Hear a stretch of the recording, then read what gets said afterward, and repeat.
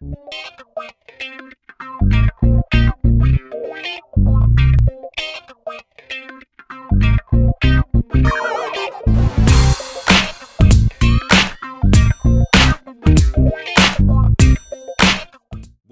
l'objectif de cette vidéo est de vous présenter un exercice type sur la collinéarité.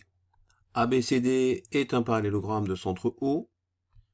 E est le point tel que le vecteur AE est égal à 3 fois le vecteur AB. Et F, le point tel que le vecteur CF est égal à moins 2 fois le vecteur AB, moins 1/5 de fois le vecteur AD. On va commencer donc par la question numéro 1, démontrer en utilisant la relation de Schall que le vecteur FE est égal à 4 fois le vecteur AB moins 4/5 fois le vecteur AD. Dans un premier temps, lorsqu'on a une expression vectorielle avec des signes moins, on va s'en débarrasser. Parce que c'est pas très pratique à utiliser, notamment si on veut utiliser la relation de Schall, qui est une addition en fait. Donc on va utiliser l'opposé, le vecteur opposé au vecteur CF, c'est-à-dire le vecteur FC. Donc on a FC qui est égal à moins CF, c'est-à-dire moins 2 fois le vecteur AB moins 1/5 fois le vecteur AD. Et si je distribue ici le signe moins 1, le signe moins, pardon, je vais obtenir 2 fois AB plus 1/5 de fois le vecteur AD. Partant du vecteur FC, je peux arriver jusqu'au vecteur FE en utilisant la relation de Schall. On a FC plus CE égale FE. Alors, ça tombe bien parce que FC est une expression, FC est un vecteur, pardon, qui est égal, en fait, à 2 fois le vecteur AB plus 1/5 fois le vecteur AD. C'est-à-dire que j'ai une expression ici qui va dépendre du vecteur AB et du vecteur AD.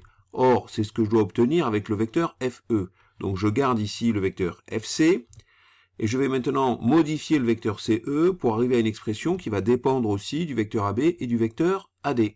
Pour cela, je vais utiliser donc la relation de Schall en partant du vecteur CE et en utilisant le vecteur AE qui est égal à 3 fois le vecteur AB. On a alors FC plus CA plus AE qui est égal à FE. Donc on avance puisque ici, je rappelle, j'ai un vecteur FC qui est égal à 2 fois le vecteur AB plus 1/5 fois le vecteur AD. J'ai un vecteur AE qui est égal à 3 fois le vecteur AB. Il ne nous manque plus maintenant de changer le vecteur, de modifier le vecteur CA pour avoir une expression là aussi qui dépend du vecteur AB et du vecteur AD. Puisque ABCD est un parallélogramme, on peut en déduire que le vecteur CB est égal au vecteur DA. On va donc maintenant introduire donc cette lettre B, ce vecteur CB, à l'aide de la relation de Schall et en partant du vecteur CA. FC plus CB plus BA, donc on utilise là encore la relation de Schall, plus AE, et le tout c'est égal au vecteur FE. Alors si je fais un premier bilan, j'ai ici un vecteur FC qui est égal en fait à 2 fois le vecteur AB plus 1/5 de fois le vecteur AD. J'ai un vecteur CB qui est égal en fait au vecteur DA, c'est-à-dire moins AD. J'ai un vecteur BA qui est égal à moins AB, et j'ai un vecteur AE qui est égal à 3 fois le vecteur AB. Eh bien ça y est, on est quasiment à la fin de notre question, puisqu'il va falloir mettre un peu de l'ordre dans tout ça, et ensuite réduire, et on va arriver à une expression telle que le vecteur FE va être égal à, on va espérer, 4 fois le vecteur AB moins 4/5 fois le vecteur AD. Donc, 2 fois le vecteur AB plus 1/5 fois le vecteur AD, ça c'est le vecteur FC, moins le vecteur AD, ça c'est le vecteur CB qui est égal à DA, mais qui est égal aussi à moins le vecteur AD, moins le vecteur AB, ça c'est le vecteur BA, BA est égal à moins le vecteur AB, plus 3 fois le vecteur AB, ça c'est le vecteur AE. Moins 2AB, pas moins 2AB, pardon, plus 2AB, plus 3AB, ça donne 5AB, moins AB, ça va me donner 4AB, 1/5 de AD moins AD, c'est-à-dire 1/5 de AD moins 5/5 de AD, ça va donc nous donner moins 4/5 de AD. Donc ça y est, on y est arrivé. On a bien ici le vecteur FE qui est égal à 4 fois le vecteur AB, puisque, je répète, 2 fois AB plus 3 fois AB, ça fait 5AB, moins AB, ça fait 4AB, moins 4/5 de AD, puisque 1/5 de AD moins 5/5 de AD, ça nous donne bien moins 4/5 de AD. On passe maintenant à la question 2, où il faut démontrer que le vecteur FO est égal à 3/2 fois le vecteur AB moins 3/10 fois le vecteur AD. Donc on repart sur le fait que le vecteur FC, c'est le vecteur opposé au vecteur CF. Donc FC, le vecteur FC est égal à moins le vecteur CF. L'on arrive donc à dire que FC est égal à 2 fois le vecteur AB plus 1/5 fois le vecteur donc AD. On va maintenant utiliser la relation de Schall en partant du vecteur FO. Effectivement, le vecteur FO est égal au vecteur FC plus le vecteur CO. Cela nous intéresse car on a un vecteur FC qui est égal à 2 fois le vecteur AB plus 1/5 2 fois le vecteur AD. Or, on doit trouver au final un vecteur FO qui va s'exprimer en fonction du vecteur AB et du vecteur AD. Donc, on va garder le vecteur FC. Il faut maintenant modifier le vecteur CO pour trouver une expression de CO qui dépendrait à la fois du vecteur AB et du vecteur AD. Pour modifier le vecteur CO, on va se rappeler de l'introduction, de l'énoncé de départ qui nous dit que ABCD est un parallélogramme de centre O. L'on sait que les diagonales d'un parallélogramme se coupent en leur milieu. On peut donc dire que le vecteur CO est donc égal à 1/2 fois le vecteur CA. D'après la relation de Schall, on peut écrire que le vecteur CA est égal au vecteur CB plus le vecteur BA. Or, l'on sait que le vecteur BA est égal à moins le vecteur AB, c'est l'opposé du vecteur AB.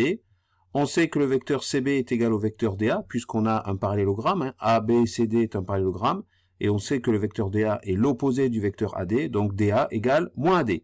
Eh bien, ça y est, je vais avoir mon expression, mon vecteur FO, qui va dépendre donc de FC, c'est-à-dire un vecteur qui dépend lui aussi du vecteur AB et du vecteur AD, et ça va aussi dépendre à la fois de CB et de CA, c'est-à-dire indirectement de moins AB et de moins AD. On va pouvoir faire un bilan de tout ça.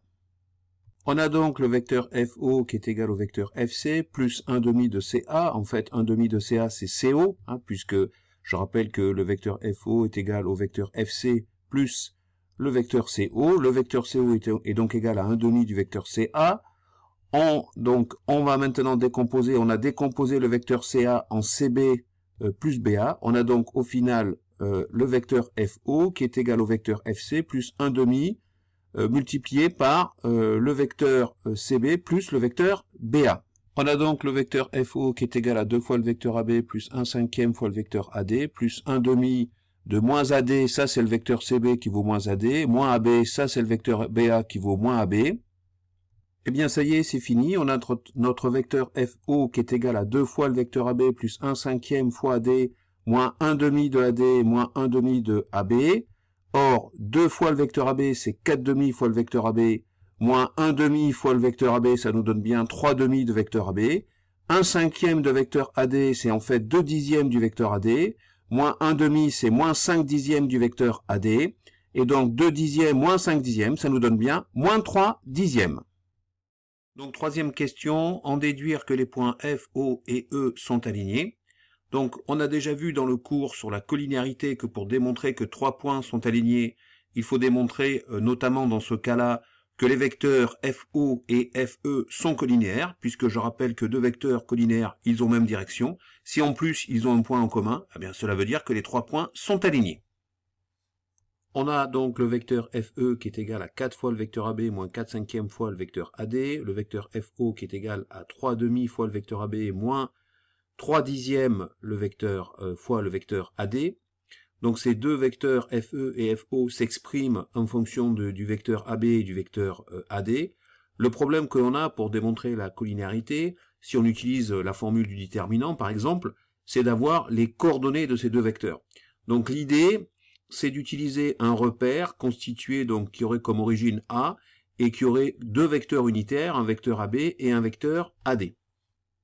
Donc soit le repère A, AB, AD, donc c'est un repère quelconque, puisqu'on ne sait pas a priori si AB et AD ont même longueur, s'ils sont perpendiculaires.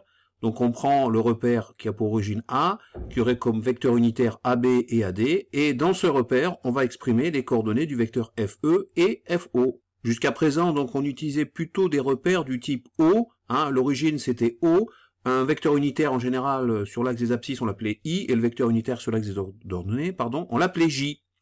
Donc là, c'est exactement donc la même chose, mais exprimé différemment. Mais ça revient exactement au même. C'est un repère. Cette fois, à l'origine, je répète, on l'appelle A. On a un premier vecteur unitaire AB et un deuxième vecteur unitaire AD. Dans ces conditions, le vecteur FE donc, a pour coordonnées donc 4 moins 4 cinquièmes et le vecteur FO a pour coordonnées 3 demi moins 3 dixièmes. Il suffit ici de reprendre les expressions. On a ici donc pour FE 4 fois AB moins 4 cinquièmes fois 2 AD. Donc les coordonnées ici pour FE c'est 4 moins 4 cinquièmes. Et pour le vecteur FO qui est égal à 3 demi fois le vecteur AB moins 3 dixièmes fois le vecteur AD, on a 3 demi et moins 3 dixièmes. On a donc le déterminant de FE du vecteur FE, FO qui va donc être égal d'après la formule que l'on a ici. Donc 4 fois moins 3 dixièmes moins 3 demi multiplié par moins 4 cinquièmes. Ce qui va nous donner pour le déterminant, donc moins 12 dixièmes plus 12 dixièmes, soit au final une valeur nulle. Donc si le déterminant est égal à 0, cela veut dire que les vecteurs FE et FO sont donc collinéaires. En conclusion, les vecteurs FE et FO sont donc collinéaires, donc les points F, O et E sont alignés. Et bien voilà, c'est la fin de cette vidéo, c'est la fin du corrigé de cet exercice. J'espère qu'il vous a un peu mieux fait comprendre toutes les stratégies qu'on peut développer à travers la résolution d'un exercice de géométrie vectorielle sur la collinéarité. Et je vous dis évidemment à bientôt sur la chaîne YouTube Scol Mathématiques ainsi que sur son site internet.